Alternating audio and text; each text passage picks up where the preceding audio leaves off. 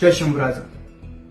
मित्र, आता छत्रपती संभाजी महाराजांची जयंती झाली आणि अक्षरशः अनेकांच्या पोटामध्ये दुखायला लागलं. एक व्यक्ती तर मला म्हटला की अहो, तुम्ही छत्रपती संभाजी महाराजांची जयंती साजरी करतात, पण त्यांना धर्मवीर ही उपाधी का लावतात?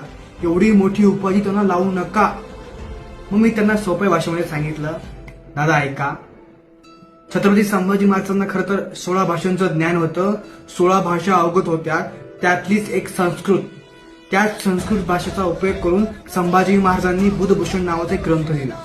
कोणता? बुधभूषण. तो एकदा तुम्ही हातात घ्या आणि त्या बुधभूषण ग्रंथामध्ये अध्याय क्रमांक 2 श्लोक क्रमांक 611 एकदा बघा.